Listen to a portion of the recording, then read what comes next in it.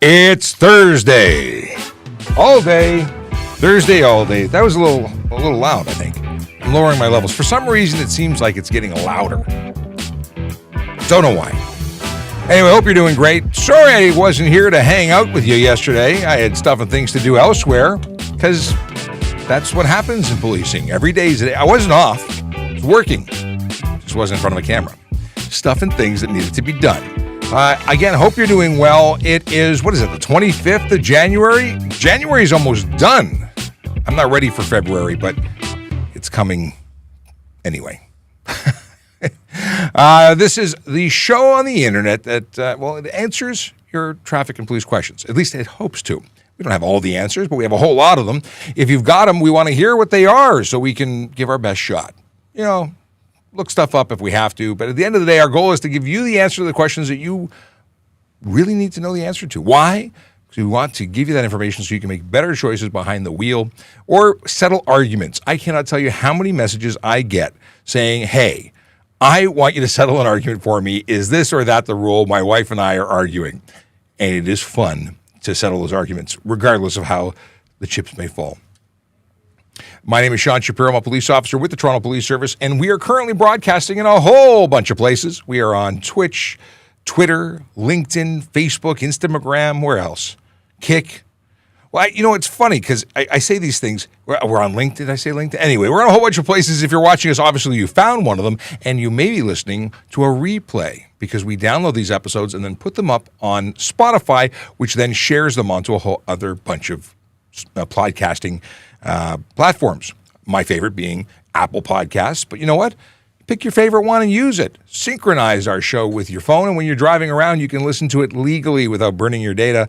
But of course, watching us live, it's a problem. Now, if you're listening on TikTok, you can actually do it with the screen turned off. Live stream will work, and then you will be, listening live. And if you were to pull over and legally park, you could even ask questions. Now, this is a big question. Is Restream link up with TikTok working this morning? I don't know. Let's find out. I'm scrolling down. I don't see it yet, but that doesn't mean it won't happen. Johnny just came in with a question. What is this? Oh, okay, Johnny, actually, that's a perfect opportunity to respond. It doesn't look like things are working, but thankfully we have a moderator here this morning, so they'll be able to help us out by taking questions from once. Actually, the stream is not working on Insta. Is it working? Hang on, I'm going to reload. I can't tell if the stream is streaming or not. But the question was, did you ever figure out the question about fields? Hang on. Is it working? I don't actually see myself. Do you see me? Let me know. It is streaming on TikTok. Okay, I can't actually see my stream here. But the question was whether or not you can stunt drive on private property.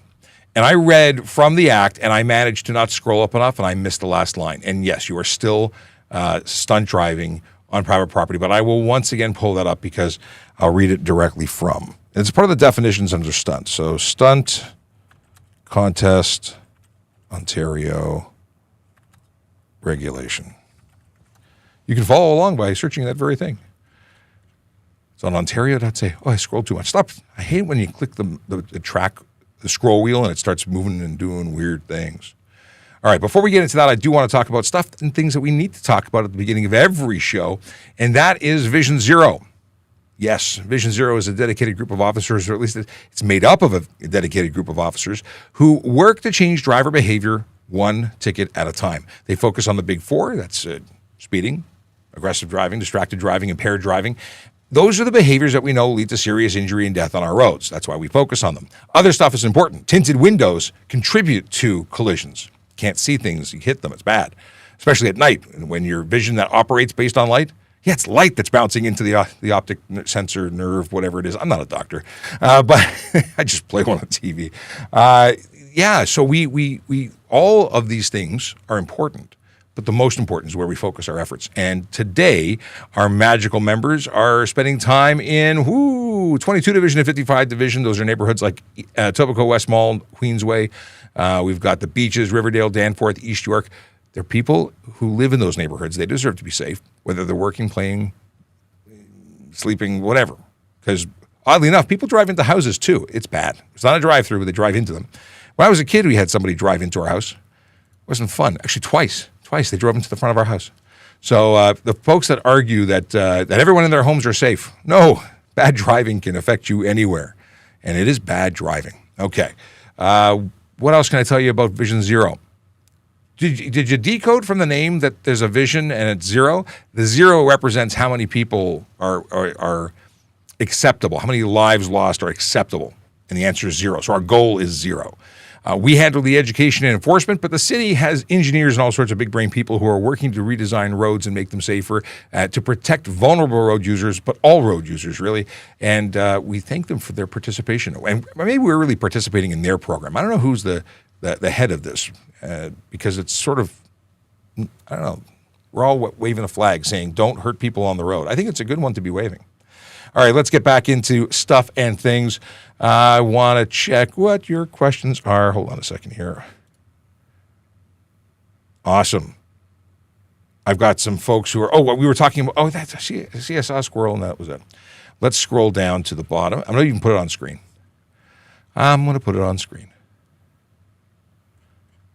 Okay, so here is, I love it when I can actually share things and make it a picture and make the picture big. Here we go. So we were talking about places. So when they talk about parking lots in this section, is this big enough? Should I make it a little bigger? Whoop. Make it bigger for you. In this section, the definition of parking lot includes any parking lot, garage, or structure, whether public or private, paved or unpaved, flat or multi-level, above or below grade, including any driveway or road that connects the parking lot to a highway. We got that. We covered that last time.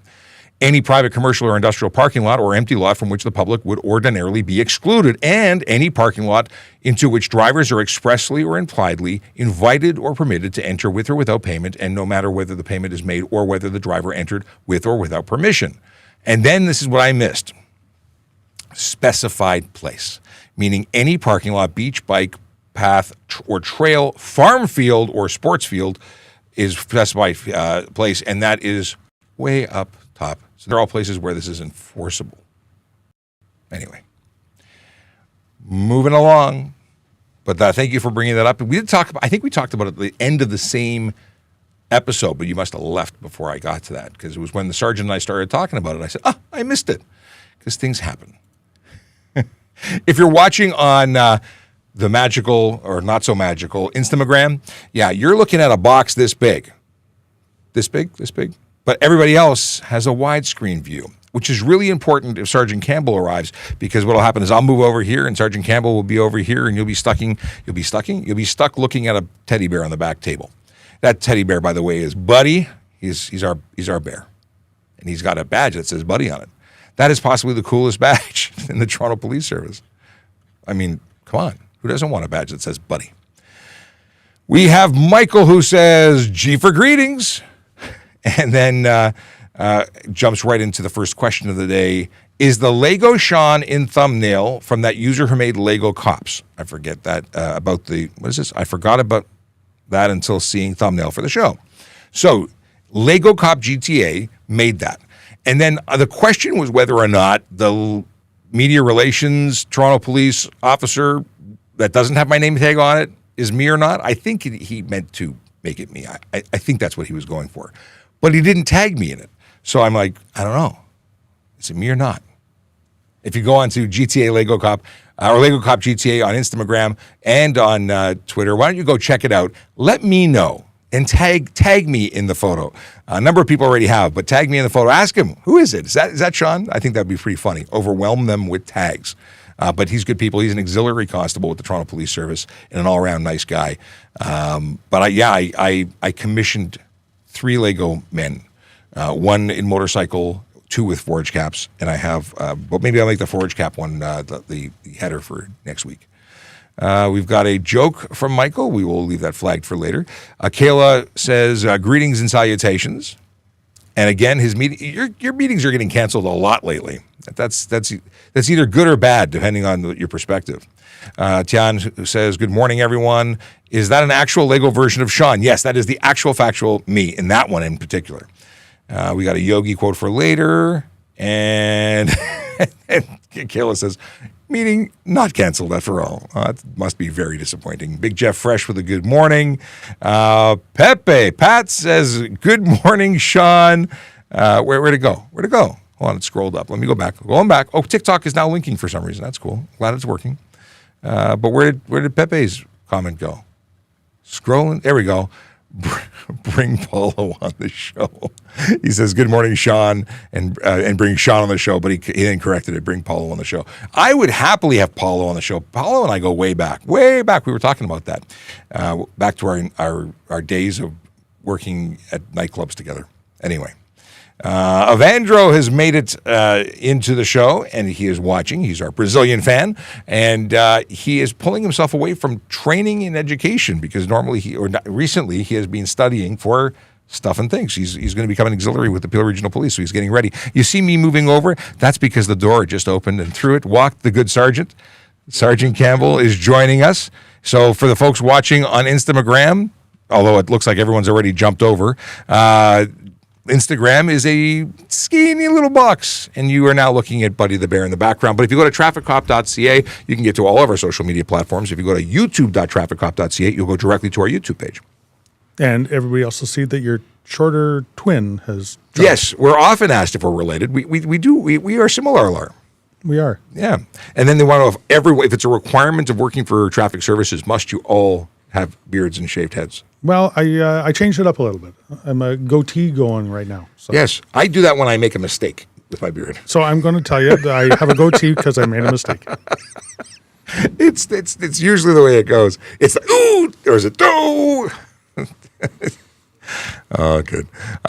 We have, let's see, there was the Big Jeff Fresh read the dad joke from Michaela, but we're not going to read it because we flagged it till later. Okay, is it a good one? Well, I haven't read it, but Big Jeff Fresh says it's good. So based on Big Jeff Fresh saying the joke is good, everyone must wait till the end of the show unless you figured out that the joke was actually posted in YouTube and you can read it in the comment section yourself. We have a great group of people in the comment section doing great stuff. Ooh, I got great news. Oh, what's that? Volley has been acquired and is coming back. It's coming back. This is the one we started. That we really liked. It worked really, really well, and then it was gone. They didn't have enough money to keep funding it, but it has been acquired and it has been rumored or posted that it is coming back. Excellent. Not only is that good for us, but it makes it a better experience. Totally. Yes, although there is a Telegram group, and the Telegram group allows you to send messages. So we've been playing with this because our Telegram chat has some Telegram people in it, and you can jump into it. Telegram will it work? Let me see if that link works. It was not working before. Telegram, if you've been invited to it, you can ask people in the chat for the link. You're welcome. There's like 10 or 11 people in it when we just chat about stuff and things. A lot of jokes. Michael sends a lot of jokes and clips from Homer Simpson and The Simpsons. Oh, yes. So Telegram. Can you also Telegram? Telegram.com. Maybe that's what it'll do. I don't know if I'm actually logged in or not. No, I don't have the right link here. Maybe that's why I'm sending it to the wrong. Could be. I don't know. We'll come back to this another time. But the Telegram group, those that are in it, once I get it on screen, would actually be able to ask questions by leaving a voice message, which I can play for the audience, awesome. Which I think just makes life better.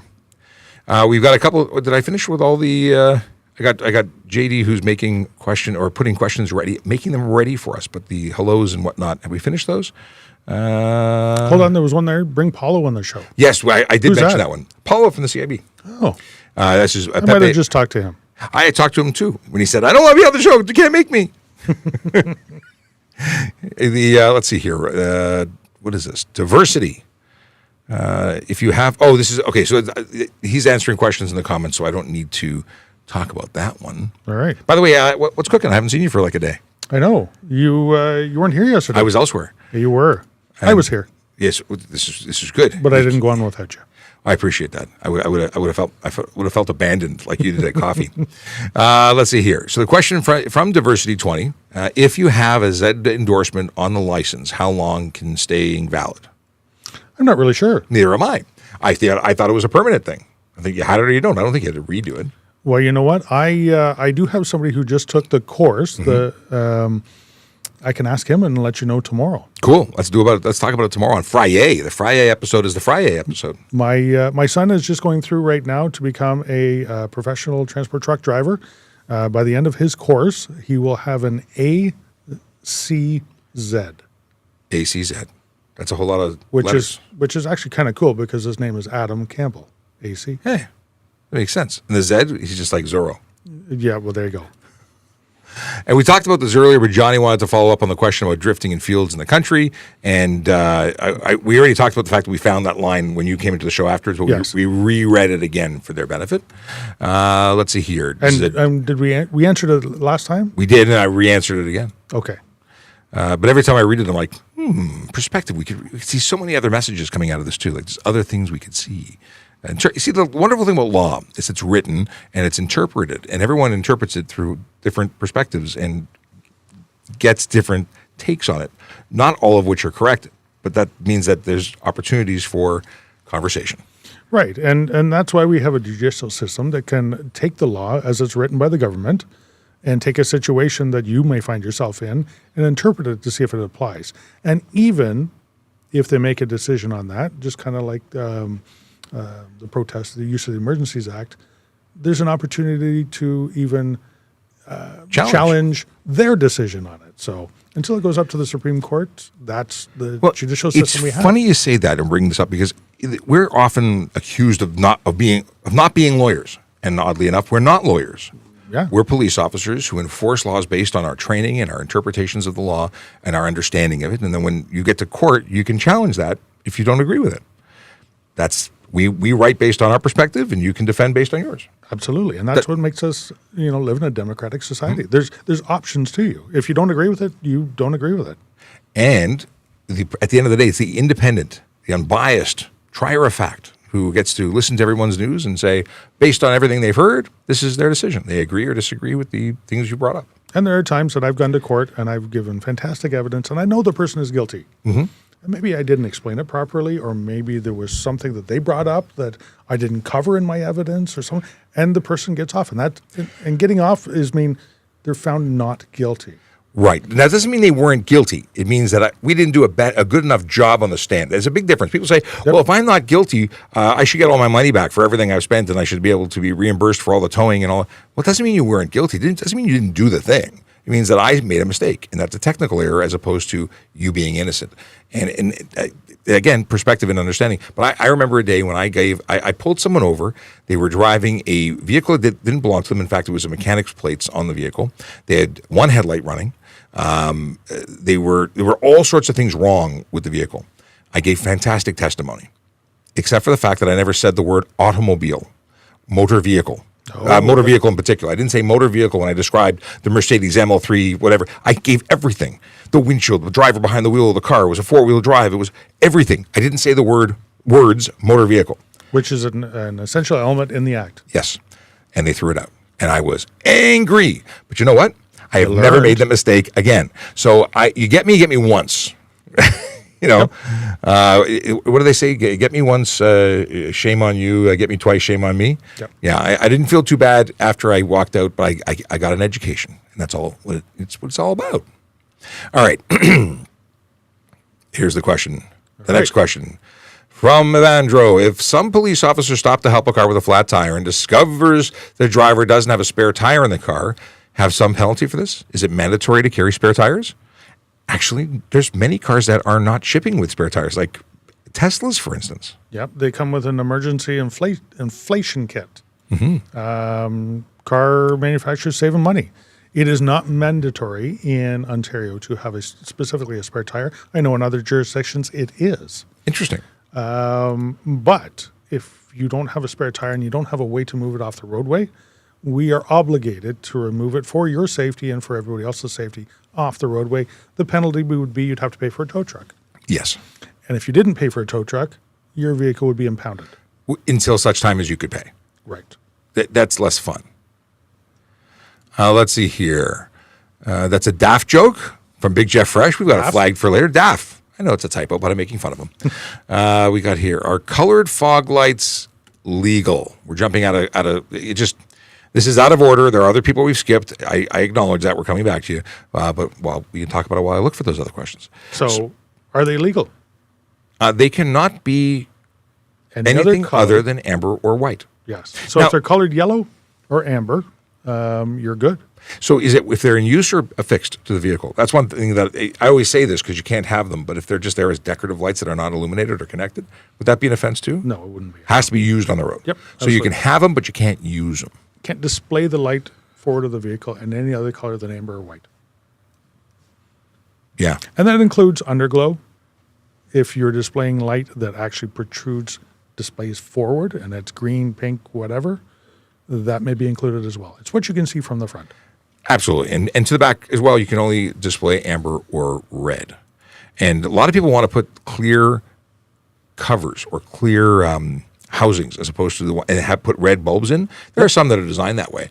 But I think that the reflector ability would change. And the light being reflected back to the car could be the wrong color. It could cause issues. You know what? As long as it's an improved replacement aftermarket light that meets all the criteria, it's good. It's not as good, but it falls within the criteria that's allowed. This is good. I got to turn this off because the advertising that are blinking in my my eye there are bothering me. All right, a whole bunch of pinned questions. Let's see what do we got here? That's the joke. Oh, are you allowed to have any amber lights in your vehicle in the windows? Because I work for a delivery company. So amber only? I don't see any issue with that. I mean, you could cause a distraction to yourself if it's in your dash, blazing into your eyes as you're driving. But if you were to pull over and have an amber flashing light because you're on delivery. So the question for you is, what are you allowed to do with an amber light that you're not allowed to do without it? You can do hazards. It doesn't give you any authority. And why are you putting an amber light in there? Are you parking in spots that you're not allowed to park in to do deliveries? Are you creating a hazard and you want to show people that you've created a hazard? You can't do that. But the light itself, so there's no authority. It doesn't give you any benefit. It's just a light, no different than your hazard lights. Right. So it's not illegal to have, but it doesn't give you anything other than another light. And I don't like the use of those. I don't like the tow trucks that drive down the street with the amber lights flashing. I don't like service vehicles that drive down the street with the amber lights flashing. The amber lights should show that there's a hazard. There's somebody working at the side of the road that has no choice but to be there and operate it. The tow trucks myself, if they do it, it kind of waters down their own safety factor. No one should do it when they're driving. A hazard light and so many people asked the question. In fact, there was an argument in one of the comment sections saying, no, if you're driving below the speed limit, you should have your hazards on. I'm like, no, it is not a hazard. The hazard is a hazard, and everybody should, when you see that, know that something completely out of the norm is happening. Not because you're driving less than the speed limit. If you're driving less than the speed limit because your car is broken or you can't operate it properly, don't drive it. Have it towed. There is an understanding that, or there should be more of an understanding that if your vehicle is not functioning properly, it is an unsafe situation. If you cannot get out of first gear, pull over, get it towed. Not only are you going to damage your vehicle more than it already is, you're going to potentially get into a collision or a more negative situation. Limp mode, as they call it, is to get off the highway, not to continue along it. Right. It is interesting, though, that vehicles have such a thing that calls limp mode. Yep. I like that. We have Basharat Ali who says, morning, Sir Sean. Today's message, drive carefully. It's better late than never. And Basharat Ali is with Traffic Services in Punjab, Pakistan. I totally agree with I you. love that Couldn't you said make it an international show every time he jumps in here. I love it. And they're opening up a new location. We've been invited to go and to Pakistan too. Let's go. I think we should. I would love to. Okay, as soon as the chief signs off on airfare. And okay. But he says he'll give us a good tour, so it's good. Okay, Kenny F. says, I have a white car. If I wrap it completely black, do I have to report it? Within 6 days. If it's a substantial, if you put a pinstripe on it, or if you put a black hood on it, that's not a substantial change. It could be multicolor at that point if it's more than, I think, 50%, or it's, well, say substantial. Yep. Because it's up for interpretation. But if you wrap it half black or completely black, it's different than its original form, and it's a problem if you don't wrap it, if you don't report it. Does not cost you anything. Free. You go into the ministry and just make the declaration that you've changed the color. They'll issue a new ownership for your vehicle, and you're on your way. I like it. Better than a ticket, $110, and being pulled over constantly to find out whether or not that is the vehicle with those plates, because people steal plates of similar looking vehicles. Yep. And then we pull them over to say, hey, that doesn't match the description we have for you. And we investigate looking for stolen vehicles. Save yourself the time of being pulled over every third block. It happens. You're turning right. Who goes first when turning left has a green arrow? The person who has the green indication has 100% of the right of way to enter and clear the intersection. Anybody facing a red light, doesn't matter whether you want to turn right, you have to wait. The obligation is on you to only move when it's safe to do so. And there is people who say, well, it's multi-lane, so I can turn right when they're turning left. Nope, the obligation is on you 100%. And 90% of the time, or 99% of the time, it works out just fine, but that one time it doesn't, you're going to be responsible. Yep. If I mistakenly forgot my wallet / license at home and I'm already far from my house, what should I do? I guess you're walking. Well, technically, yes. Here's the deal. Yes, it's an offense to not surrender it when a demand is made by a police officer. Are you a licensed driver? If you are, you might be able to make it home without problem, without being stopped. But if you are stopped, you may be subject to a charge. Yep. But certainly, you're not required to get out of your car, leave it at the side of the road, and walk home. That's a little excessive. You might be able to say to an officer who could be reasonable and take the story of, I just left my house, it's 2 blocks away, I realized my wallet wasn't in my pocket, and I'm going back to get it. That's something that where I would maybe give you a warning, or maybe say, I can actually see that you're 2 blocks from your house. But I'm also going to determine you are who you say you are. If Yes. you tell me you're Bob, and I look into Bob's picture and identity and stuff like that, and you're not Bob, then It's a problem. we're having a longer conversation. Yeah, so you have an obligation to identify yourself to the satisfaction of the officer. Now, you have an obligation to identify yourself with your driver's license as a driver, but even a cyclist has an obligation to identify themselves, even though it can be verbal, with information like, where do you live? Where's your last address? And this is where people who say, I don't answer questions, or I don't talk to police, or I refuse, that's a problem, Yep. because you can get arrested. So you have to identify, and it has to be reasonable and believable to the officer. If I don't believe, if I'm not satisfied you are who you say you are, through whatever investigative means that I have to use to do it, if I have inconsistencies, I may require more investigative, more supporting evidence. If not, if everything checks out, then you may be on your way. You may get a ticket, you may not. It depends. So like everything else in the entire Highway Traffic Act, it depends. It does indeed. 2BB says, I got a letter in the mail for being a novice driver G2 and that my license is suspended for 30 days effective January 29th. Does that mean that I can hand my license in on the 29th to Service Ontario?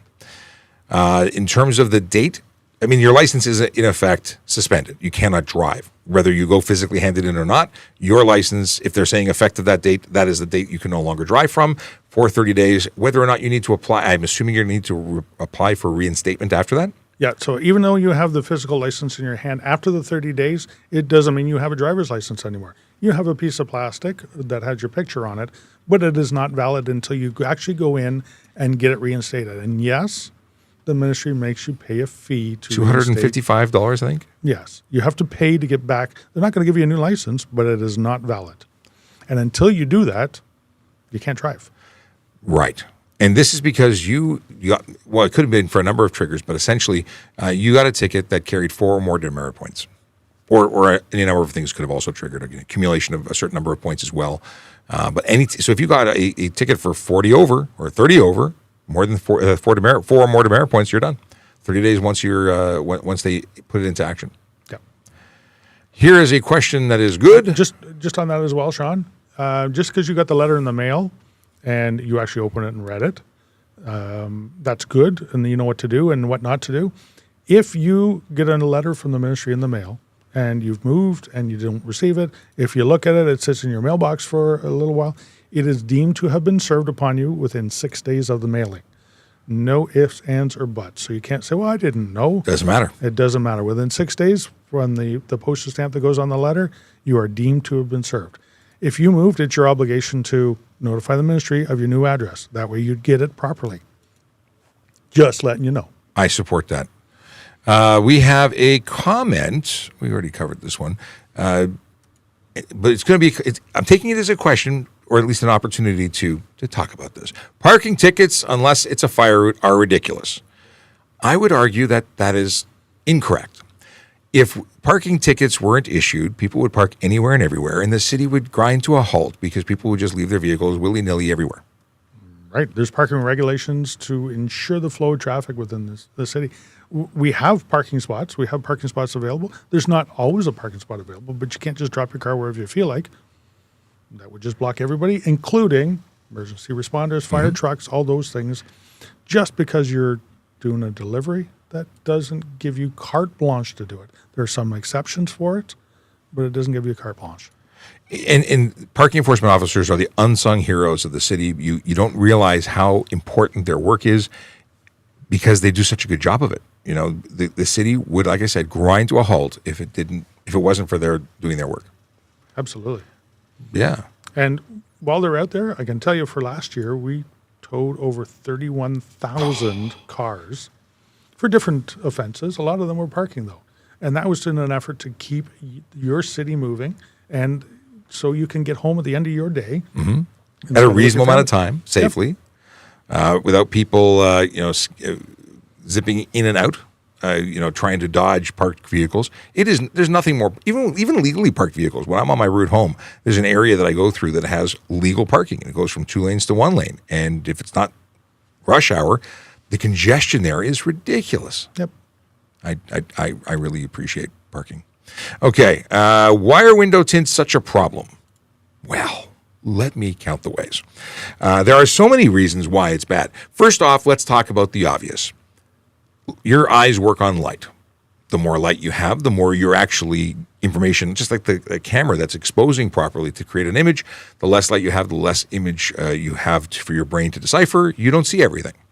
Simple as that. And when it's dark, you see even less.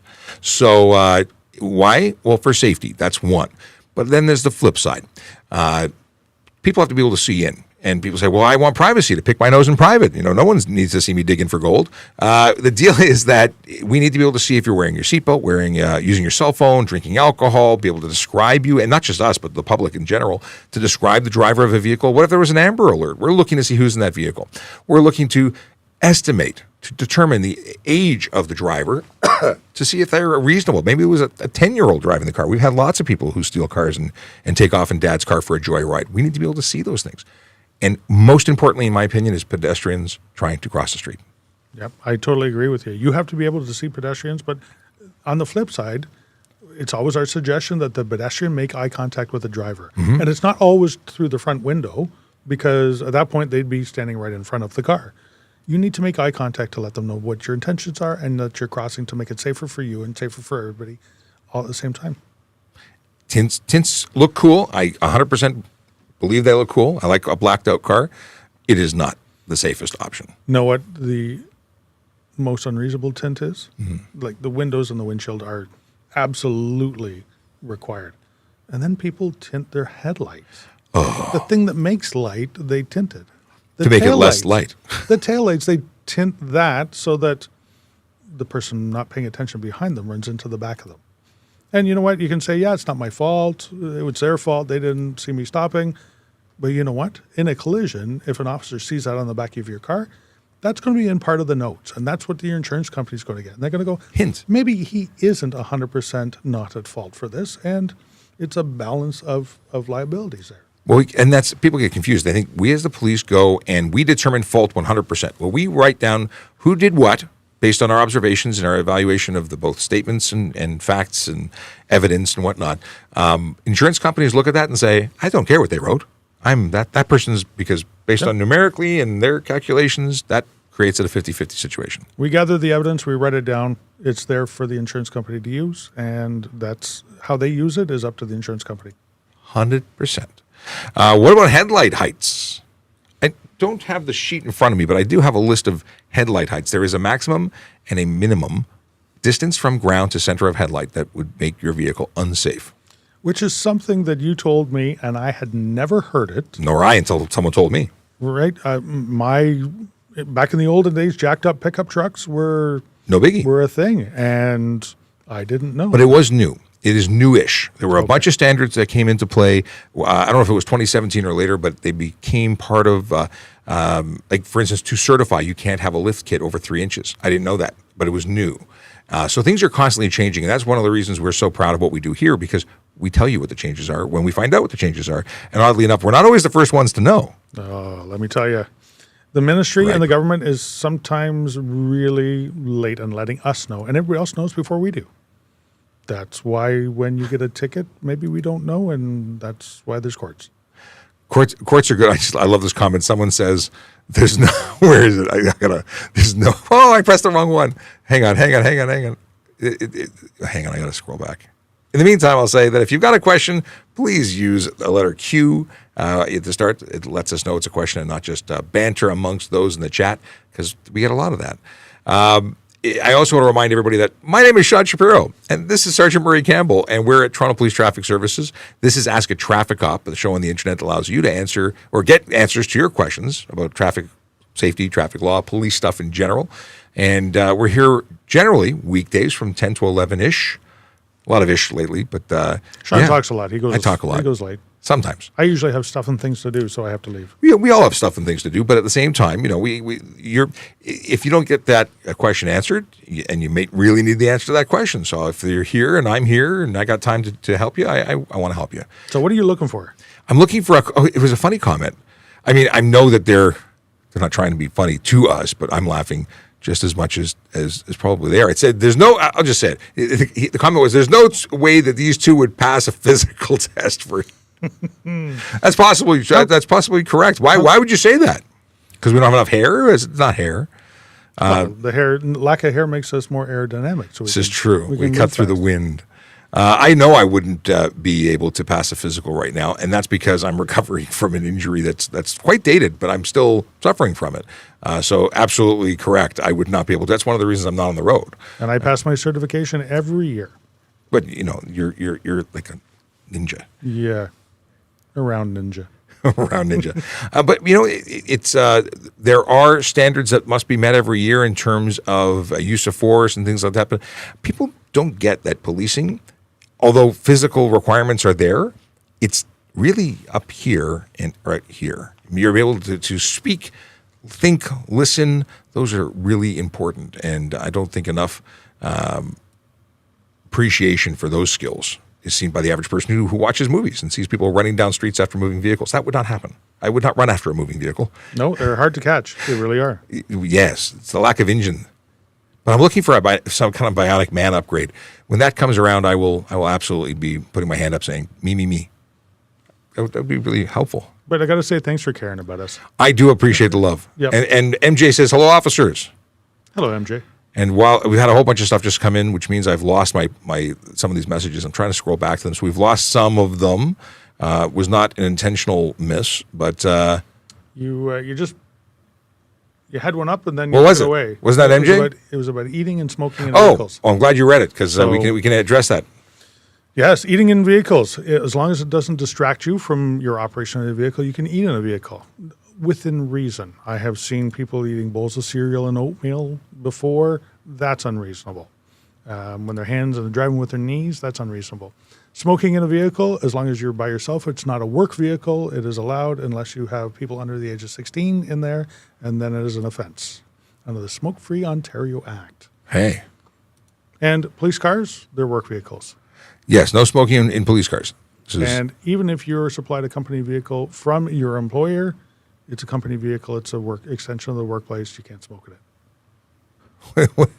What did this say? They said, what are you yapping about? Oh, underglow. We talked about underglow recently. I don't know if you missed it, but underglow is not expressly not permitted. It really depends on how it's installed, whether or not it's emitting light in to the front or the back. If the bulbs are not visible and you're not emitting light outward, I really don't see an issue with it. We differ on this, only that, and I thought about this yesterday because I was driving in the rain. I saw the lights from vehicles in front of the vehicle I was behind, and it looked as though it was underglow. So in that situation, it would be very hard for me to write that person. And my interpretation of it is, if the light emits forward, and I can see it while I'm in front of your vehicle, it doesn't matter whether I can see the bulb or not. Mm-hmm. You're emitting light to the front, and that's unlawful. Oh, okay. Steve is talking to Harley. We've got some side conversation here. How wide can my truck be with forged rims? My ties poke a decent amount running 24 by 14s. So you want to know how much you can protrude from the covering, from the fender or fender flare? So your tires have to be covered. And mud flaps. And they have to have mud flaps. They have to be covered in inclement weather. There is a maximum width of your vehicle. I don't know what it is in metric. 101 inches is the maximum. But with 101 inches, if your vehicle is that wide, you actually have to have, if you see trucks running around, especially the heavy duty, the larger capacity pickup trucks, they have roof lights that are 3 amber lights across the roof at minimum, or across the front of the grille. They also have to have 3 red lights in the center and the rear because your vehicle is over the normal width. 80 inches, and then with lights, and then 101 inches and above are not allowed. I never remember those things. Hopefully that answers your question. Oh, I only know that because I have a snowmobile trailer that's 101 inches wide. That's the maximum. It's the same width as transport truck trailers. A follow-up question or from somebody else, Jamie B says, no spacers allowed either, dang it. Well, the spacer can make your car unsafe, depending on the situation. There's adapters used to put a normal, just to take a universal sort of fit rim, but then there's spacers people are using to put them way out of the vehicle, and it's a problem. So it depends on the use of the spacer. Not all of them are unlawful. So check into them. Depends. Yep. Talk about the new tow regulations. I just did all morning talking to police officers about this. New tow regulations came into effect on January the 1st. It is province-wide, so the areas of the province that didn't have any regulations are now regulated. Currently, right now, tow trucks and storage facilities have to have a certificate. Tow drivers don't need a certificate till July 1st. Right now, if you are going to use a tow truck, they cannot solicit you at a collision scene. They can't be within 200 meters of a collision scene. If any one of them is, they're going to get a ticket. They have to give you a consumer bill of rights before they bill or bill of rights? Bill of rights. Okay. They have to tell you how much the tow is going to be. You have to sign an authorization for exactly so you know where your vehicle is going from and where it's going to. Without any of that, they cannot tow your vehicle at all. Make sure you know how much it's going to cost before you let anybody touch your vehicle.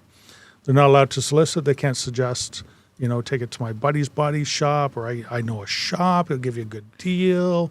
Not allowed to do any of that.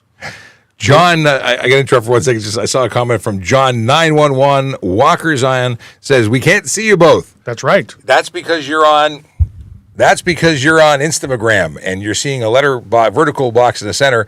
Now that there's 2 of us, we're off to the side. And if you want to see the widescreen version, please go to youtube.TrafficCop.ca or go to TrafficCop.ca and pick any platform other than Instagram.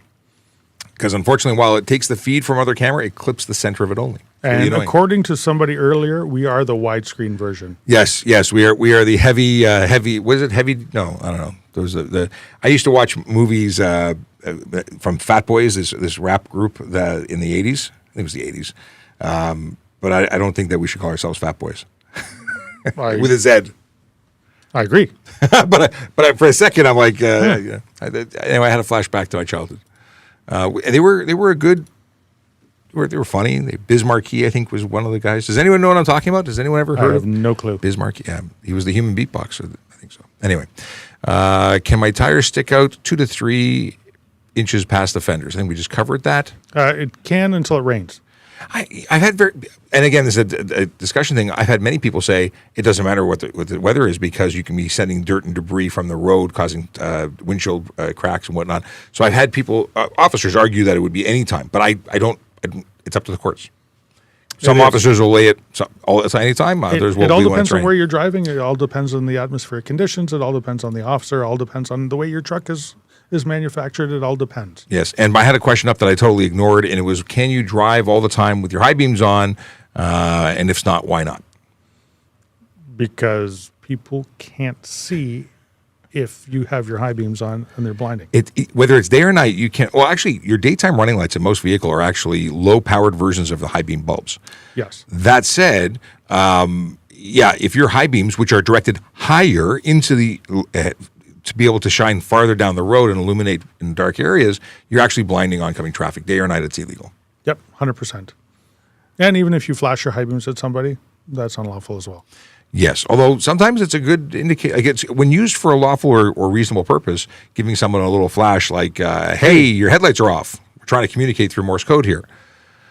What are the laws on lowering a vehicle's ride height? Also, how is my favorite traffic cop doing? That's from Stock Ninth Gen.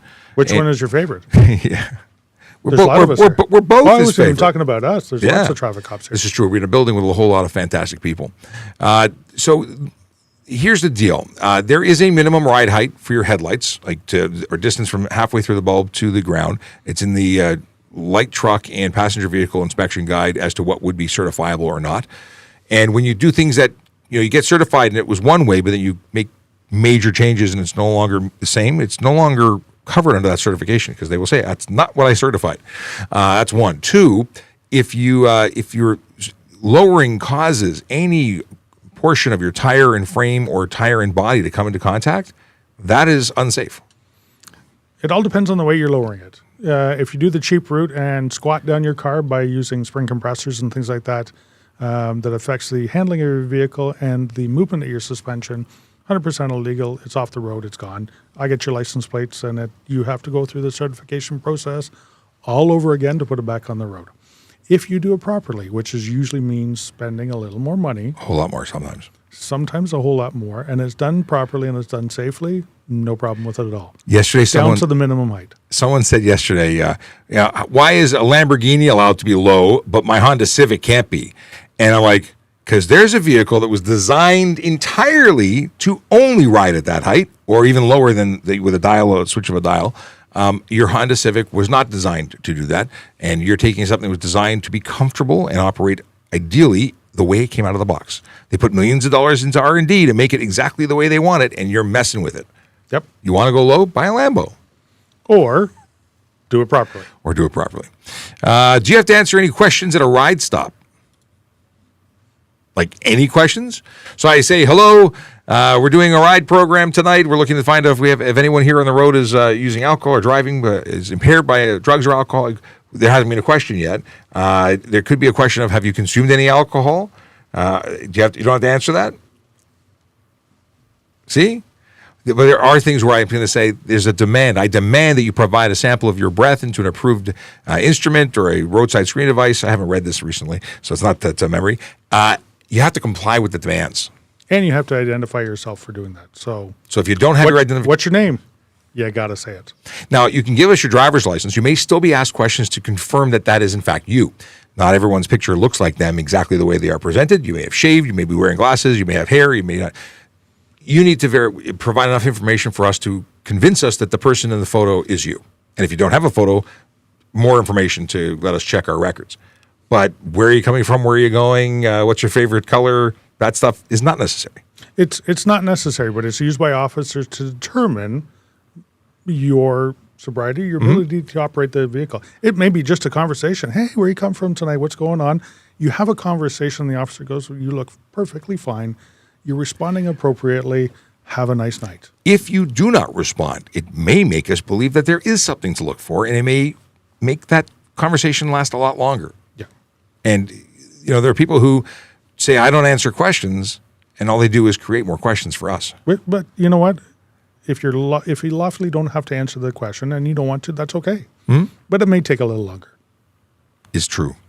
Is stunt driving an offense, or it becomes an offense after a collision? Oh, there's so many ways to. So definitely it's an offense. In fact, there's 15 or so different triggers for that offense. It's a group of charges, a cluster of activities, any which could end your driving career. Like it could really change your life because it starts with a 30-day suspension, a 14-day vehicle impound. On conviction, you're looking at a 1 to 3 year driving prohibition, $2,000 to $10,000 fine, up to 6 months in jail. And it doesn't matter whether you hit something or not. It's the activities that are classified under that title. And there's a whole bunch of things. You talked about 15 or 16 of them. Everybody seems to think it's speeding. Yes. And if I go fast and if I go over 50 over or 40 over, then it's stunt driving. That is. But you know what? Putting somebody in your trunk, that's stunt driving. You lose your license.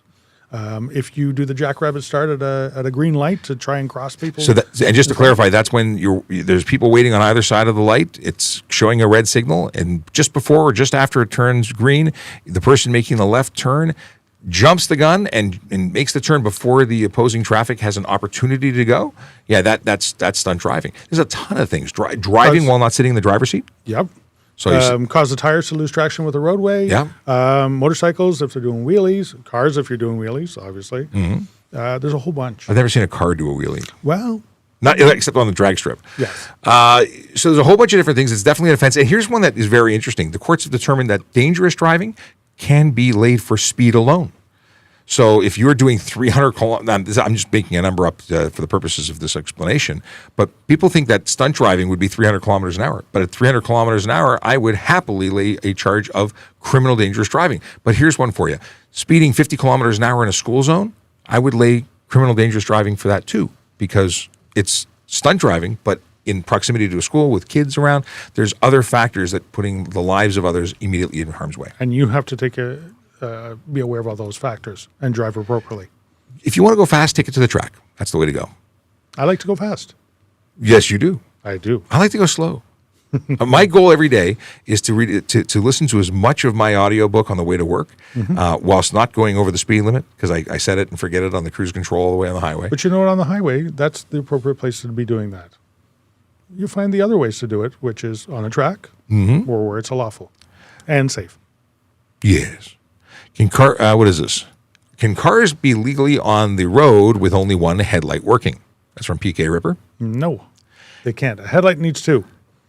Tail lights, you only need one red tail light Which to is the rear. weird.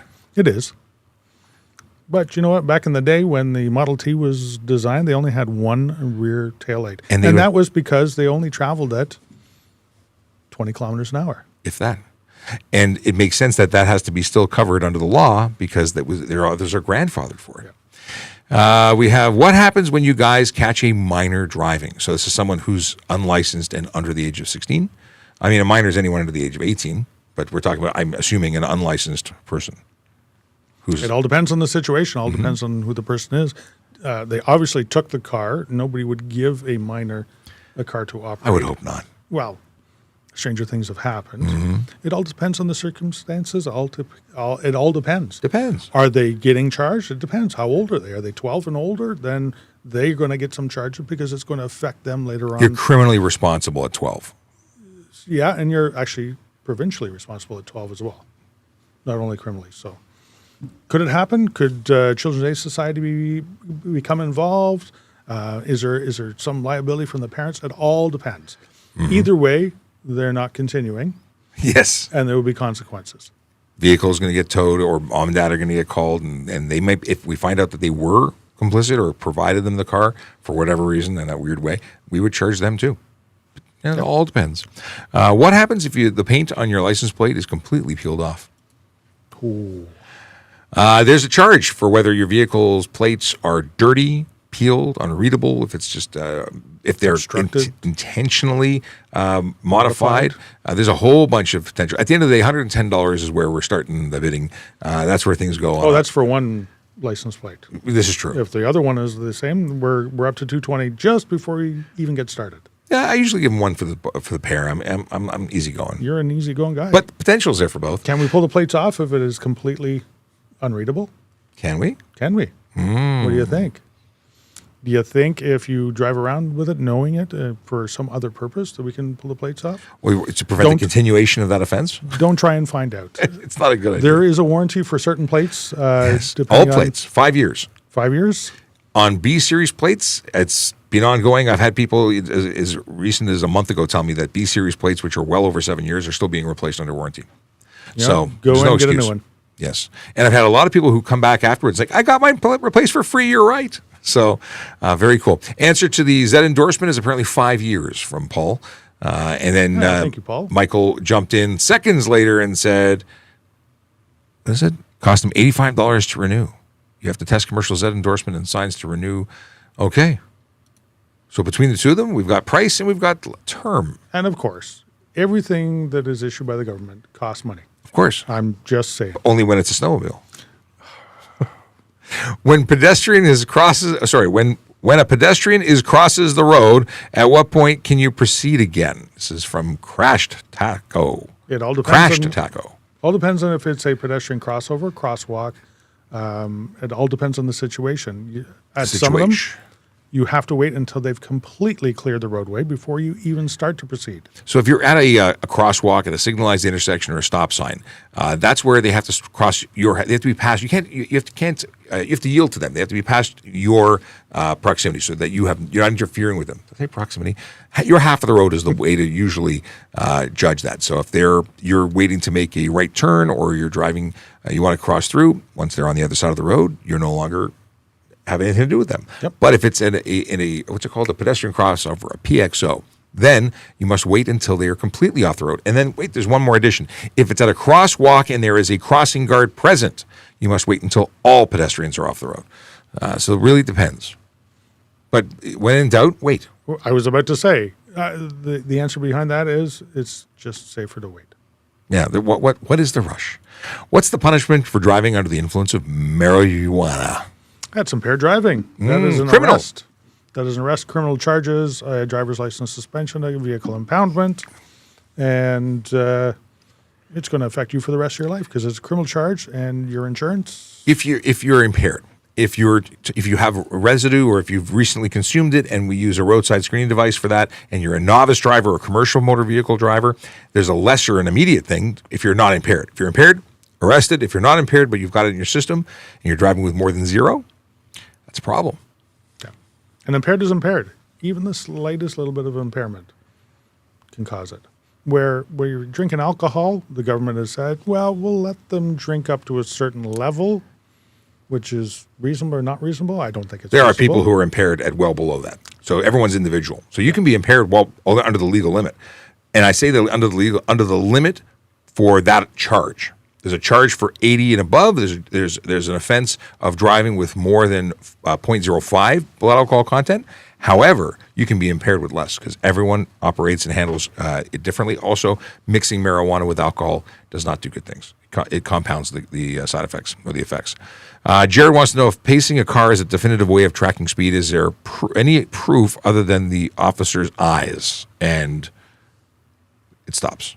So, tracking cars doing a pace is absolutely lawful. Mm-hmm. The offense of speeding is just speeding. If I know you're speeding, the offense is completed. The way we would pace a car would be to get your speed for the offense, for the ticket, for the amount of fine. There's an awful lot more things that we have to make observations of, the distance, how long we paced for, the way you're traveling, things like that. All that has to be said in court, and if it passes the threshold, absolutely no problem getting convictions out of a pace. My favorite defense that I hear in court is, I was not doing 30 over. I was only doing 20 over. Oh, my goodness. And then they say, thank you. You've just provided evidence in chief. Guilty. That you are guilty. You've admitted to speeding. Speeding is 1 kilometer over the posted speed limit. The other is just for calculating speed. Calculating the fine. Yeah, calculating fine. Thank you. And demerit points. Yes. The answer, the best course of action is don't speed. Speeding bad. We have a question from Doug who wants to know, with the last couple of, it's a suggestion actually, with the last couple of days, a couple of foggy days, I think it's a good time for a reminder to turn on your headlights. I've had a couple of ghost cars just appear out of the mist in front of me lately. 100% I'm seeing that every day. In fact, fog, not fog, I see this all day long. People who are driving without the assistance of the sun, and they are driving with no headlight systems on. Right. So your full headlighting system has to be on if your visibility is impaired by atmospheric conditions, including fog or darkness. And the problem is these daytime running lights and the fact that dashboard lights illuminate gives people a false sense of security that their systems are on. And sometimes they've taken their vehicle to the mechanic and the switch has been turned off from automatic on and off, and they've just never bothered to check. Check your auto settings like every time you get in the car. Make sure it's actually set that way. I fell victim to that. I took my car to the mechanic and got it back, and I thought everything was good, and I was I found out while I was honking at someone to turn their lights on. Really? And then I said, "Oh, I'm an idiot." And I turned mine on. I still told them about their issues, but I turned out to be an idiot too. Yeah, there's apparently a change in legislation that all vehicles manufactured after a certain date will no longer illuminate the dashboard or will have a light on the dashboard to tell people. You still have to be paying attention. Yes. So the green light that's on the dashboard, they make it green to show what light is actually illuminated. You have to have the green headlight on if your car is manufactured over 2017, I believe what it is. There was a change a number of years ago to assist people that have visibility issues, that can't see that well. They made all cars that they had to be, the dash lighting had to be lit. Back in the olden days, it wasn't lit until you actually turned on the headlights. That was a good clue. But when they were lit all the time, 24/7, when you're operating the car, people forgot to do it. So Steve says, just turn your full headlights on anytime you drive. Totally agree. 100%. I 100% agree. Totally agree. We agree. It's good to agree. I agree with that. I agree. I agree too. Michael says gauges should only be lit with headlamps, not daytime running lights, or always yes. Yeah, that's the way it was before until they made the change to assist everybody in being able to see their speedometer and all their gauges correctly. Now, things have changed now because now we have digital dashes. They are quite bright. They're new technology, so maybe we could revert back to what we had before. Make it easier for everybody and safer. Jay wants to know about if it's only one beer, why are roadies so frowned upon if you're well under the limit? Travelers, I think they call them. Travelers? You're not even allowed to have open alcohol in the car. Alcohol available to the driver. It's an offense. Like there's all sorts of wrong there. What would you like to say about it? I totally agree. So the Liquor License Act says you cannot have any open alcohol in the car. You cannot have it accessible to the driver as well. So if you have open alcohol, it has to be stored in away from the driver, so in the trunk, and it has to be in luggage. That's the only way you can have an open bottle. One that is being opened, the seal's being broken and reclosed. Right. If it's factory sealed, it can be anywhere in the vehicle, even though we still say keep it away from you. It's not worth it. Right. Absolutely. Alcohol is a thing that I don't understand how there's so many people are so lax about it. Like they would even consider having a traveler. You know what? I've seen that things have changed, though. Our younger generation has actually got the message that drinking and driving is wrong. I see an awful lot of older people that are still continuing to do it, and I have no idea why. I don't get it. Camden has a question. Is there a certain sound level exhausts are illegal at when they exceed that level? This is a more complicated answer because it depends on the jurisdiction you're in. Some provinces are very strict. They use sound measurement devices. In Ontario, it's pretty easygoing, but that doesn't mean you can have them. I say easygoing because we don't go with a sound decibel meter and measure it. However, if your fart can exhaust is making noise that everybody else around is stopping and looking and causing discomfort, if I can feel it in my chest when I'm walking up to your car, like there's no decibel meter involved in it, but you're not supposed to have more than 74 decibels, according to my mechanic friends for certification. If you're creating more than 92 decibels as a motorcycle at idle, the City of Toronto bylaw officers who do have decibel meters are giving you a $500 fine. There's a whole lot goes into this. The ticket is unnecessary noise. Mm-hmm. Is it necessary? Do you have a proper muffler on there? Or are you driving in a manner that is completely unnecessary? Do you have your windows down and the stereo cranked? Mm-hmm. Is that necessary? Some people may say yes, but everybody around you would say no. And there are vehicles, I love these TikToks where they're at a sound show or a stereo show, and they have people in the car, and you're waiting for the bass track to kick in, and the windows start vibrating, and they usually have a woman in the car, and the hair starts vibrating. It's amazing to watch. They're all deaf now, but it's amazing to watch after they hit the bass track. There's no reason that your car should be shaking itself apart while it's driving. You know, and even if it is, you can't do it around people because it's unreasonable. Mm-hmm. Trust me, every single car that I've had so far comes factory with the upgraded high-end stereo, mm-hmm. or I've done that myself. I get it. I like it. I enjoy it. I don't do it when I'm driving around in the city. I don't do it when I'm driving around in subdivisions. I don't do it. I'm really boring. I put podcasts, radio, and the news on, and no more than 10. Like I am 1/10 of the dial. Like I don't want to, and I'm old now. I don't want to hear anything noisy. It's amazing. except when we were listening to Puff the Magic Dragon while making the kids sleep. It was a little bit louder because we needed. Yeah. But anyway, do I have protection or an ability to do something if a truck flicks a rock at my car and causes a dent in it? Technically, they caused the damage. The problem is, are you going to be able to prove it? So if a truck, say it's a gravel truck, is carrying a load and that load becomes dislodged and falls off the back and comes bouncing in and hits your windshield, yes, you can put a claim in through your insurance, and it's an offense for the insecure trucking load. company. So would we take action on it? Yes, we certainly could. If you're driving down a gravel road and the car in front of you flicks up a rock, different. That is completely different.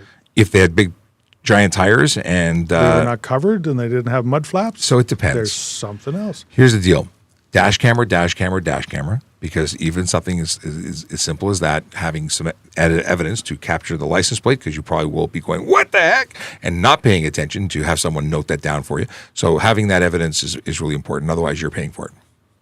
Chances are. What do we have? Is it true you can drive and own a tank in Canada, or drive and own in Canada? You just require rubber tracks. I knew a guy who owned a Sherman tank, and he kept it at his cottage. And once a year, he would. I saw a video of it. He would detonate or fire a round. The round was a blank, and it was for Victoria Day. Okay. But he had permits for it.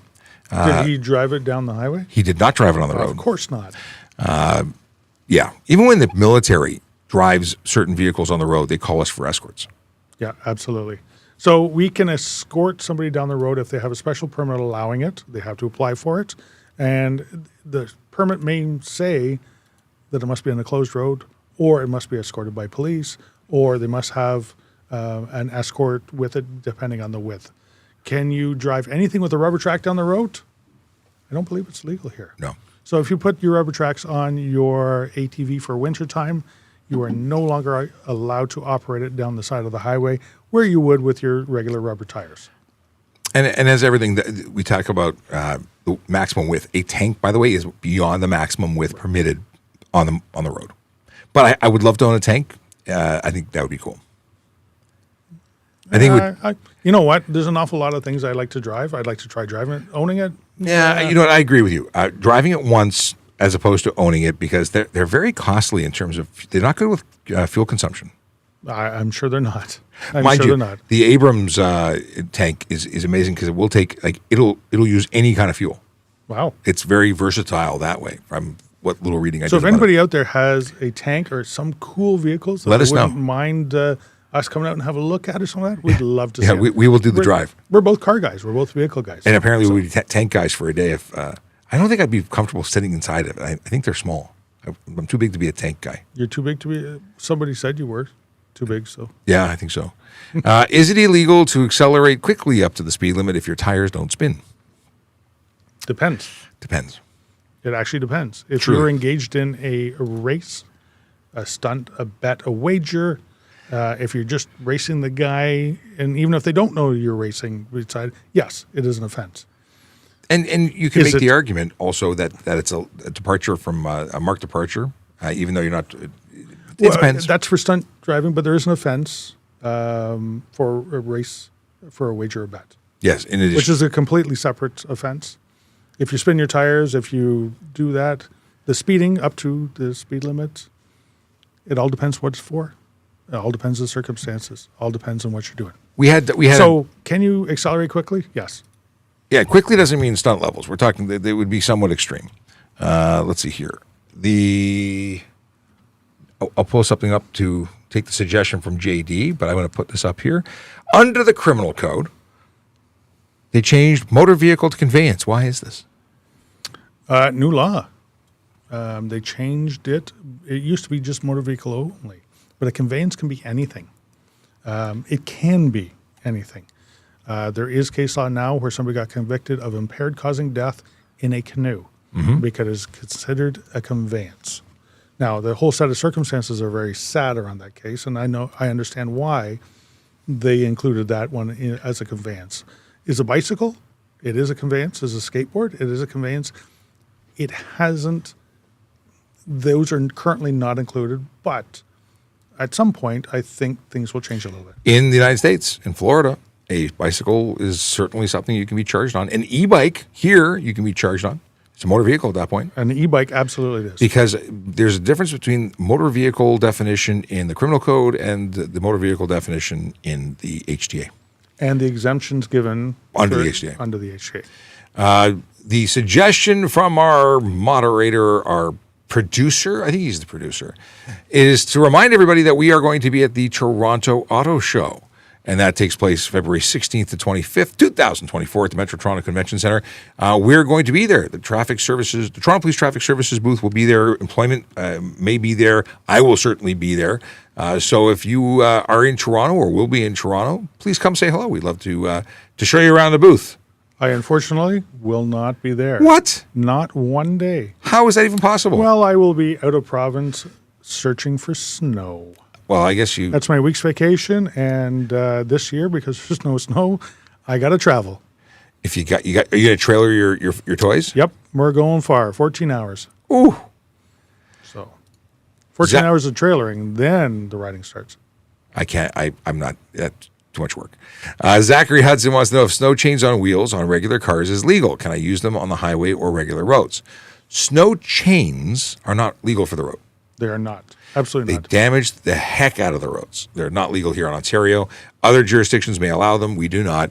I've seen some very cool technology for 18-wheelers in the States that they must allow chains, but they don't, you wouldn't want to pull over, put chains on, take them off. They hit a button and these devices spin so that they shoot the chain under the tire for the purposes of giving it the traction. And I don't know where they're used or how they're implemented, but they're really cool. I can make a suggestion that those are used probably for logging trucks that are traveling off-road and on-road. Yeah. It takes a long time to properly secure a set of chains. I have them for my ATV, for my driveway when it is icy. Even for an ATV tire, it takes a little while for it to put on. Doing that on an 18-wheeler or bigger than an 18-wheeler will take an awful long time to do. So if they can automatically do it while they're off-road, then I'll be hauling it out from the bush and then go away when they're on road. That's kind of neat, but not usable here, not on the road. And if you're talking about cars, we do allow studded tires for vehicles that are registered in the province of Ontario, in Northern Ontario specifically. If you're interested to know what place in particular that's legal, let me pull it up because I have a list of them here. Northern Ontario, there's my list. Algoma, Cochrane, Kenora, Manitoulin, Nipissing, Parry Sound, Rainy River, Sudbury, Thunder Bay, and Temiskaming. Those are the places that you can have studded tires, but not chains. Anywhere pretty much north of the French River, you can take them. You can't operate them constantly down here, even if you are registered up north. Yeah, you can visit down here. But if you have studded tires from another province, you get 30 days. 30 days if you're driving in. Oh, I didn't know that. I reread stuff. I thought it was a 30-day limit. I didn't see a limit for people who live in Northern Ontario. I thought that's what the story was. I thought you could come down for 30 days. In rereading it, I see that it's for people who are outside of the province. So I don't know. Interpretation. And you know what? Studded tires on dry pavement, they don't work that well. And they wear down very, very quickly. Use it where it's supposed to be used, where it helps you. Don't use it somewhere that it hinders you. That makes sense. I have a friend from the States has a misdemeanor on his record. Why does Canada class that as a felony? We don't have any of those. We don't have misdemeanors and felonies. So because we have indictable or summary conviction. They have all sorts of things because it's a totally different system. At the end of the day, if you have a conviction, a criminal conviction, depending on that individual's record, they may be inadmissible to Canada, and it's up to the border folks to make that determination. And if you get denied, I think you're denied for 5 years without appeal. And it works both ways. So yes. If you have a conviction here, you may be barred from entering the U.S. or any other country that they decide. Yeah. They decide who they let in and who they don't. And it is without appeal. They have all the control. They say no, it's no, and that's for either side. There's different ways they can be turned away. I've been watching Border Patrol on TV, old reruns. It's very interesting. I find this stuff all fascinating. So apparently, what is this? School. Oh, Stefan says, I have that on my school bus. That's the chains mopeds. That's it. But where do you use them? I want to know more. Where are they supposed to be used? I've never heard of it. I saw some videos on YouTube. YouTube Now is I got to amazing. look it up. Yeah. Canada is too strict, according to Eugene. Yeah. No fun, Canada. Yeah, I'm the CEO of No. Apologize in advance for telling you no for just about everything. But you got to know that anything that we say no about is probably because somebody Has done something Yeah, stupid, and there's a law or a rule about it. Every single law that is created, every rule, every regulation is because somebody has done something stupid, and they went, well, this person's not smart enough, the government has to step in and make a rule about it. Yes. Yes. Or, that's as blunt as it comes. Ian wants to know what days and hours I'll be at the Toronto Auto Show. I imagine that I will be there if every day, unless something comes up that takes me away from there, and I should probably be there from open for at least a full shift. I might be there a little longer. So I don't know exactly. We haven't figured the schedule, but I will let everybody know closer to the event exactly what my hours are, because we'll be broadcasting from there, which I'm looking forward to. Okay, scrolling back here. What do we have this? What's the maximum darkest tint that's legal? Maximum darkest legal tint. So there's two different guides, and I've got lots of videos on our TikTok channel, and you're on TikTok, are you not? Yes, you are. The deal is that the front windshield can have no tint, save and except for vehicles manufactured before 2017. They can have 3 inches of tint across the top, from the top to the AS1 line, not the PS2 line or PS1 or PS5. It's the AS1 line, 3 inches, and that's only on those older vehicles. New vehicles, nothing on the windshield. The windows left and right of the driver can have no more than 30% for certification, and that's the certification part. Those windows are the regulated ones. The ones in the back can be as dark as you want.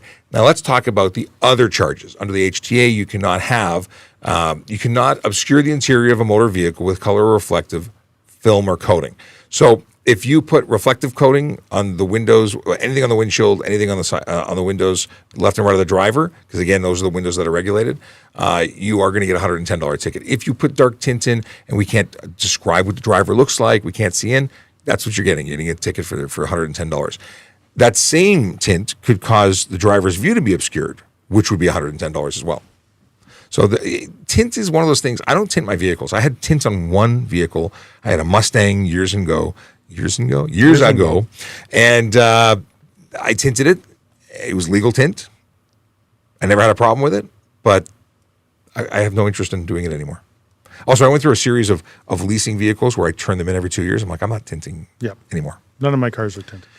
I don't even wear sunglasses half the time. I was going to say, I have sunglasses. I do have them, but I rarely need them. It's not really so bright. In Florida, I used them every day when I was driving. Right.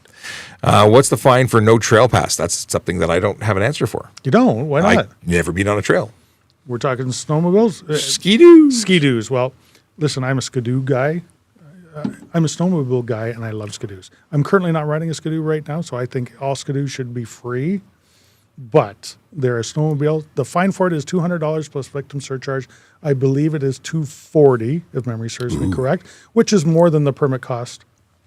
And if the operator is not the owner, the operator gets a ticket, and the owner can get the $240 ticket as well for permit. Ooh. And they may make you buy one, even after the $240 ticket, they may make you buy one at trailside so that you can operate your snowmobile away from there. If not, they can stop you from operating it. Wow. And it gets towed. They don't mess about. They do not. They want their permit dollars. And they want you to pay $15 For to put a license plate. validation sticker on, which is a road tax on a vehicle. You're Makes- not allowed making to no ride on sense. the road. Makes no sense. Why kills me. can't a diesel truck have emissions removed? Well, because The law says you have to have emissions control on there. we'd like to actually save the planet. Now, Apparently. you say diesel, I totally get it. The new emission systems on diesel trucks, although when they're working, are great because it reduces it down, but they are so problematic. I totally get why people absolutely hate them on diesel trucks specifically. You have to put the diesel exhaust fluid in, which is made out of urea, which is pickled pea. That it actually is. It's gone? I totally get it, and your vehicle won't operate if you don't have that in there. And but there's multiple faults that happen with it all the time, especially in cold weather. I totally get why people are upset with it, but it does help everybody in general. Big smile smacky says, still working that on that tan, eh? Must have been a productive vacation. I'm like paper. I don't tan, so I don't know what he's talking about. Do you ever spend any time in the sun, like tanning? No. No, I got things to do when I'm on vacation. When I take my helmet off, then. Oh. Yeah, actually, when I was riding, which I have not done in years, I used to be quite dark in my arms and my nose. That was it. I worked on the road. What is this? Oh, there we go. Right about the Grinch. This one? That's one. Yep. I think we're talking about creation of laws. Yeah, I think that the Grinch is responding to Big Smile Smacky. I'm just guessing based on proximity of the one comment. No, I'm thinking because when I mentioned that laws are made because people maybe. are dumb, that's why the warning labels have to be on there. Because maybe he wasn't responding to the. Okay, there you go. There we go. How does it feel working for a joke of a country with no free speech? I don't know if you know where we work. I think we're probably in the best place on earth. I totally agree. Have you seen what's going on in the entire world now? Well, that's okay. We're pretty good. If they don't like it, they can leave. We're pretty good. Hey, sir, when buying a new car from a private seller, what do I need to do? So I would suggest, first of all, going on your link page to ASKaTrafficCop.ca. Put the VIN number in there to make sure it's not a stolen vehicle to start with. When you're buying from a private seller, they have to provide you with a used vehicle information package. There's no way for you to change the ownership over into your name if they do not pay for it and provide it to you. Wow. That way you know that there's no liens on the car, that it isn't owned by the bank or a third party that, you buy the vehicle, you pay a whole bunch of money for, and they don't pay off their loan and they come and take your car away from you. From there, you have to get your car safety certified and then get plates, insurance, and then you're happy motoring away, hopefully safely. So there. Anything more? I can't think of anything. Okay. Let's see here. We've got. Wait. No. I think you covered everything. I haven't bought or sold a car in a while. I have to sell a car on behalf of somebody. Well, somebody else has to sell a car. It just happens to be on my driveway. Anybody want to buy a car? Do the digital speed limit signs notify you when someone is speeding? These are the ones in neighborhoods saying, slow down, you're breaking a law. I've never been paged, called, smoke signal. It lets the driver know that you're doing something improper and slow down. It's to hopefully send the message to wake you up to say, hey, you may not be paying attention, but you've gone too fast. They've gone so far as put one of those signs right in a spot where there's a speed measuring camera there, and it still gives out tickets. You see it, it's right there, you know exactly how fast you're going, and then you drive past the camera and it flashes. I don't get it.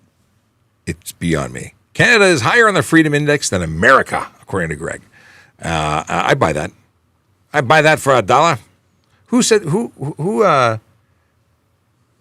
movie was it with? He kept talking about $1. You can take it to the bank. He was a government official, and you can take that to the bank. Who was that? Movie reference? 80s? I know what you're talking about. Police related? Was that not RoboCop?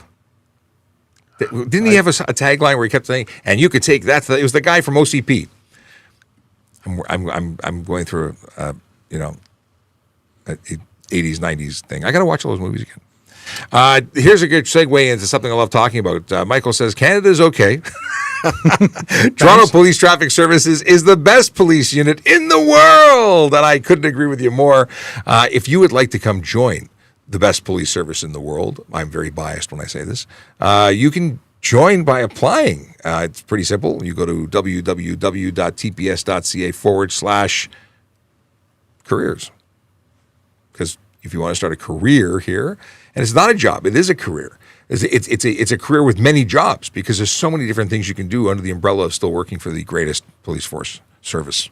Even as a police officer, there's so many different things that we do. We're uniform officers. We do different things than other uniform officers do. There's so many other that are not uniformed that are out there doing fantastic work. I spoke with a gentleman a couple of days ago because I did. Wow. During the live stream, he says, I want to ask you questions about employment. So he reached out, he sent me his number, I called him, and he wants to work for York Regional Police. I mean, they're okay, but They do a pretty good job in the area that they're in. But they have different stuff and things that they do because of the location they are. They have like snowmobiles and off-road stuff that we don't do. They have helicopters, which are cool. Well, yeah, they're cool. They're pretty cool. We're not jealous at all. No. We just walk around doing it. Yes. The stories behind that. Anyway, if you'd like to know more about working for us, Toronto is a place I've worked for 24 years now in various roles. I started as an auxiliary constable, quickly became a court officer, special constable, and then gave 2 uniforms back, took another one, and became a police constable. So I've had 3 different uniforms, and this has been a magical ride for 24 years. Now, you could currently see postings for police constable, all the information about becoming a copper. Special constable is what I started. They don't have court officer positions anymore when we applied originally. Now it's special constable. There's different roles. We have specials that are court officer role. We have those that work as bookers at stations, and we have those that are on the road in those cars that say special constable in them. Yep. Someone just popped in as I segue off topic. Someone told me that they were pulled over by a special constable car with a police officer driving it. So that was interesting. I guess if we were short on cars, anyone could drive it. So can a special constable pull you over anyways?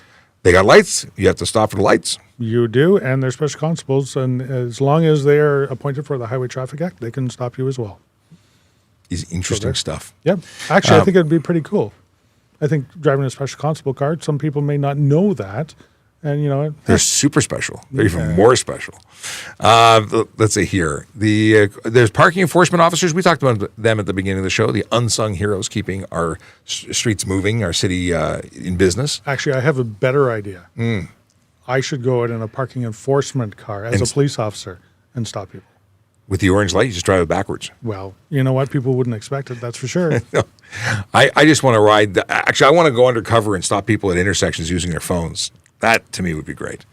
Now, there's a whole bunch of other ways to contribute to this magical city of Toronto, and that is actually, and any police service has magical people supporting frontline police officers. We have currently got 7 jobs listed, and they're civilian jobs. These are people who don't have to go on the road and patrol and deal with the angry people who don't appreciate us all the time. I say the angry people. Some people are angry at us. I keep seeing in the news that people are being assaulted or arguing with police and parking enforcement officers. I don't get it. But anyway, administrative assistant, civilian job. Service person. We have our own garages that look after our fleet, and they are fantastic keeping us on the road. We have Toronto Police tow trucks, and a service person would be one of the folks that would do that. Or sometimes come out to change a tire on a police car, all sorts of different jobs. But they are keeping us rolling, able to attend calls. Administrative person was a temporary admin. Intermediate technical analyst. We have a training specialist, Indigenous. We have a developer in the digital team, and then we still have a great program, which is the YIPI program, Youth in Policing Initiative summer program, where persons who qualify to apply can work for $16.55 an hour, and that's like if you live in these neighborhoods. There's all sorts of stuff. If you're interested or know someone who might be interested, send them to the website because we're looking for good people all the time. Hey, do we have any suggestions, tips for police cadet interviews? He has an interview at the end of the month. Oh. Well, here's the best thing I can tell you. Aside from look good, take care of your appearance, make a good first impression. But research the police service that you're applying for. If you're in an interview and they say to you, how many police divisions do we have in Toronto? What kind of things do we do outside of uniform response? What are the different roles? Who's the chief? Put the effort into knowing where you're going so that you can show that you're going to put an effort in when you work here. Yes. That's a great suggestion. This is not an easy job to get onto. It's not an easy job to pass through police It's competitive. College. It is a competitive competition. Is great until you get hired, and then the people you're competing with become your team. And then it is a fantastic job. Love it. It's you can change. I've worked in divisional, in a division as a PRU. I've worked in a division as a traffic officer. I've come here to traffic services. I was a divisional, or we did divisional response because we became an amalgamated citywide traffic unit. So I did that. Then I went into the Criminal Investigation Bureau in traffic. I went to the motor squad. I've been to headquarters in an administrative role. I've done all sorts of things, and it keeps it interesting. You get tired? You can change things. It's true.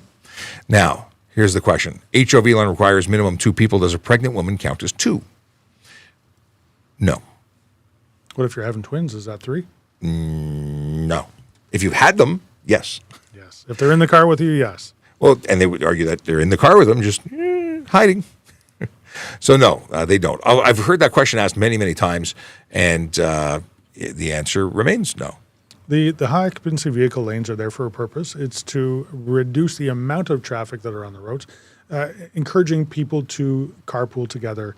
So they're using less gas. They're not congesting as much. And that's the whole purpose for them being there, not just to give whomever an easy ride.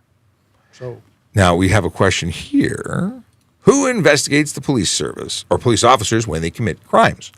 So this is a good question, and we were talking about this last week, or not last week, but before I wasn't here yesterday, which was Tuesday, and I was going to do a whole video on that. So I'm glad you brought it up because I have notes that I was writing down. There's a whole bunch of different places that people complain to, which then trigger investigations and so on. So depending on the events that have taken place, I mean, obviously we investigate, or you as a supervisor investigate any kind of wrongdoing at an initial level, if there, and then it could be as a result of an OIPRD investigation, professional standards even before that could be involved. This is a question best suited for you to answer. So we are probably the most scrutinized profession anywhere. We not only look at it internally, and there's multiple levels. Me being a supervisor would start it off. There's a divisional complaints investigator if they receive complaints from the outside. There is the SIU, which also investigates us.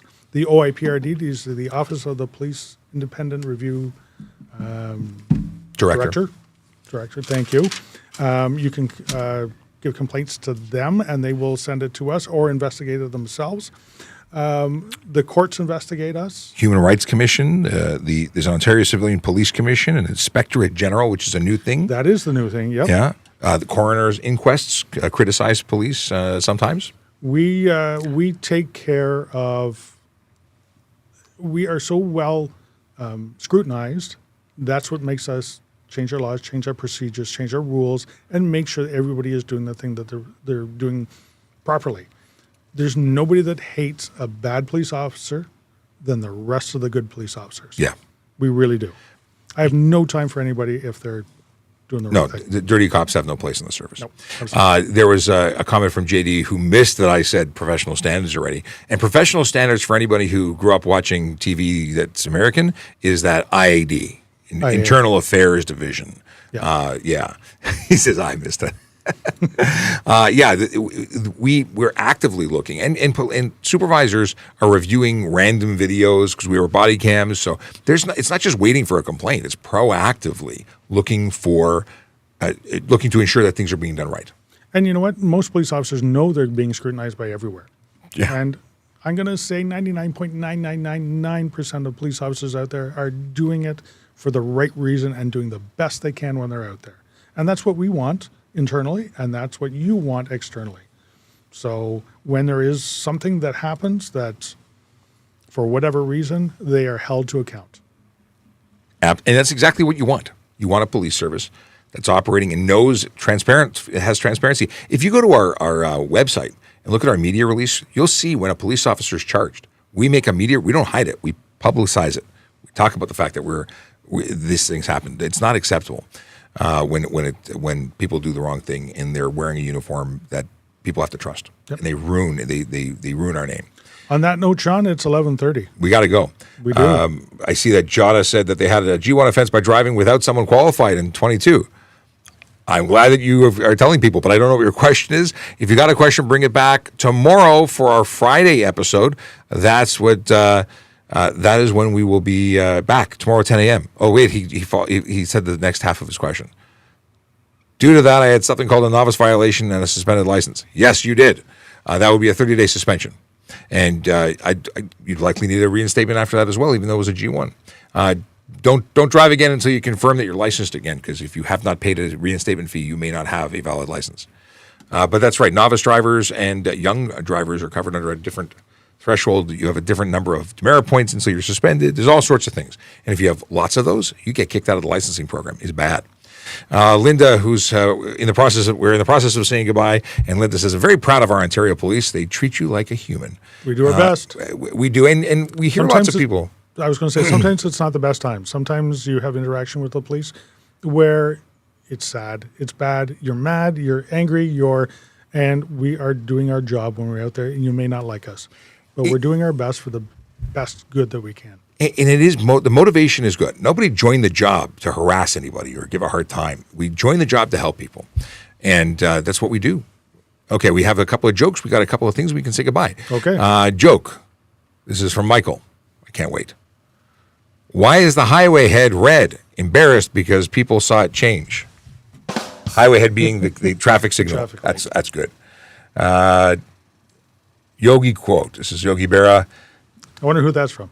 Akela, who's obsessed with him apparently, or just has a book or a calendar, all Yogi Berra quotes. Never answer an anonymous letter.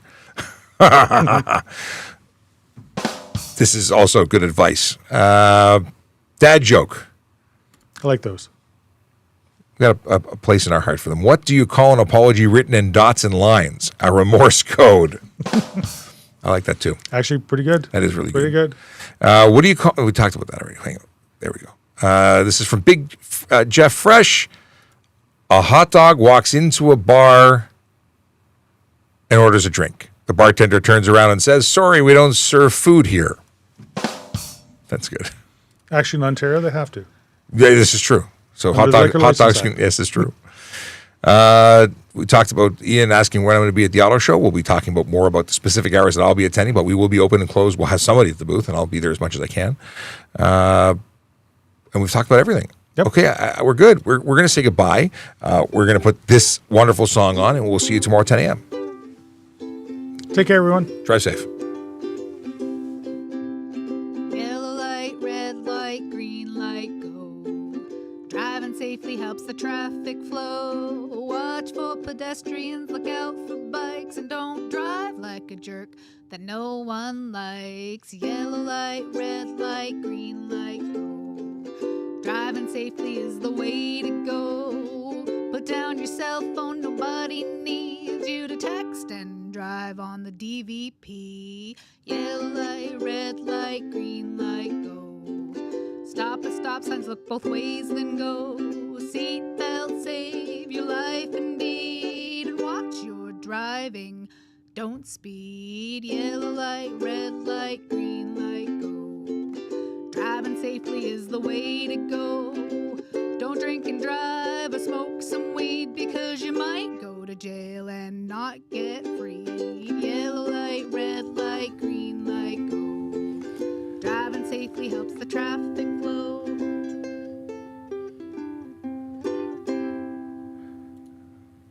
I always say goodbye, then say hello again. I saw a question from Efrat Elam, who says, I have my G2 and I want to drive alone, but do I need to join my parents' insurance? You can legally drive a motor vehicle alone, but in terms of insurance, if you live with your parents, your insurance company may say that they want you to be listed as an occasional driver, which is not very expensive to do, and it starts developing your long-term driver's history with an insurance company, ultimately working towards getting you better rates. But could they deny a claim if their policy is that if the policy and agreement between the insurance company and your parents is that nobody who lives with you will be driving the car unless they're on the policy, then they could deny a claim because you're in violation of it. My suggestion is doing that. Now, if you wanted to borrow somebody else's car or rent the car, you could do that. MH says, you love the show. Oh, wait. Oh, MH responded and then, cool. We'll see you tomorrow. They asked on YouTube and on TikTok. Very cool. Dedicated they are. Okay. Linda says, love you all. And there's something else I saw that I missed. I guess Big King with multiple eyes says, talk got nothing better to do. This is part of what I do. But we love helping you. So come on back if you have questions. We've got, I think, all you cop our garage. Levi. Don't know what they're talking about. And Gaspino 1960, am I pronouncing that correctly? I have met former Toronto police officer who resigned because of corruption. I think that maybe they didn't, well, I can't speak that. I have no idea why they did. Maybe they saw something that I've never seen, but I'm not aware of anything that they're claiming to know. Maybe it was a different time. Maybe there was a problem. I'm not aware of it. I don't want to discount whatever their reasons were, but there's people who make allegations all the time. I would hope that that's not accurate, but I got nothing to say more than that because I don't know. I don't know what they're alleging. Oh, some people are coming out of the woodwork to ask silly questions. Open alcohol in a motor vehicle. A friend constantly pressured me to let him drink. Consequences. There's fines. There are. I don't know the fine dollar amount offhand, but absolutely, you as the driver can be charged, and they can be charged too. I think that's nothing else I need to talk about. No, I think we're good.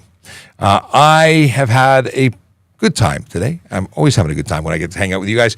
I will be back tomorrow 10 a.m. till 11-ish, just like today, and we'll celebrate Friday because Friday is the best day of the week. It's the day that ends the working week for me, which means I get to hang out with my family on the weekend, and that's what I look forward to every week and night.